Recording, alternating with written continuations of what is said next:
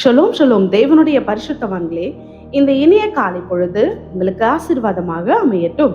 லோகத்தின் பரனிலிருந்து உங்களது தினசரி தீர்க்க தரிசன நாளிதழுக்கு உங்களை வரவேற்கிறோம். ஞாயிற்றுக்கிழமை 20 தம்மூஸ், ஜூலை 5. நான் ஒரு ஜீவன் அளிக்கிறவன். 1 கொரிந்தியர் 15:45.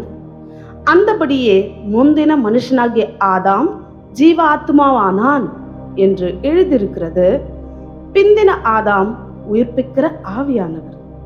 இன்று தேவன் நமக்கு எவ்வளவு சக்தி வாய்ந்த ஒரு வேத வசனத்தை கொடுத்திருக்கிறார். முந்தின மனுஷனாகிய ஆதாம் ஜீவ ஆத்மாவானான் என்றும், பிந்தின ஆதாம் ஆகிய இயேசு கிறிஸ்து உயிர்ப்பிக்கிற ஆவியானவர் என்றும் இங்கே கூறப்பட்டுள்ளது. மேலும் அங்கு உயிர்ப்பிக்கிற என்ற வார்த்தைக்கு ஜீவனை கொடுப்பது என்று பொருள். அதற்கு அர்த்தம், ஜீவனை கொடுக்கும் ஆற்றல் உங்களுக்கு இருக்கிறது. நீங்கள் உண்மையிலேயே ஜீவனை கொடுக்கிற ஒரு ஆவியாய் இருக்கிறீர்கள். ஒரு கிறிஸ்தவராக உங்களை சுற்றியுள்ள எந்த ஒரு மரித்த சூழ்நிலையையும் உங்களால் உயிர்த்தெழுப்ப முடியும். தேவ வார்த்தையின்படி நீங்கள் ஜீவனை கொடுக்கிறவராய் இருக்கிறீர்கள். வேதம் கூறுகிறது, கிறிஸ்து உங்களுக்குள் மகிமையின் நம்பிக்கையாக இருக்கிறார். கொலோசியர் 1:27. இதன் பொருள் உங்களது குடும்பத்திற்கு மட்டுமல்ல, உங்கள் நிமித்தம் இந்த உலகத்திற்கே நம்பிக்கை இருக்கிறது. உங்கள் நகரத்தில் நீங்கள் ஒருவரே கிறிஸ்தவராக இருந்தாலும் உங்களால் அந்த நகரத்திற்கு ஜீவனை கொடுக்க முடியும் என்பதால் உங்கள் நிமித்தம் அந்த நகரத்திற்கு நம்பிக்கை இருக்கிறது. இந்த வெளிப்பாட்டின் வெளிச்சத்தின் நடங்கள் உங்களை ஒரு ஆசீர்வாதமாகவும் ஜீவனை கொடுக்கும் ஆவியாகவும் கண்டு முன்னேறி சென்று உங்கள் உலகத்தை ஆசீர்வதியுங்கள். நீங்கள் ஆசீர்வதிக்கிறவர்கள் ஆசீர்வதிக்கப்படுவார்கள். யாருடைய பாவங்களை நீங்கள் மன்னிக்கிறீர்களோ அவை மன்னிக்கப்படும்.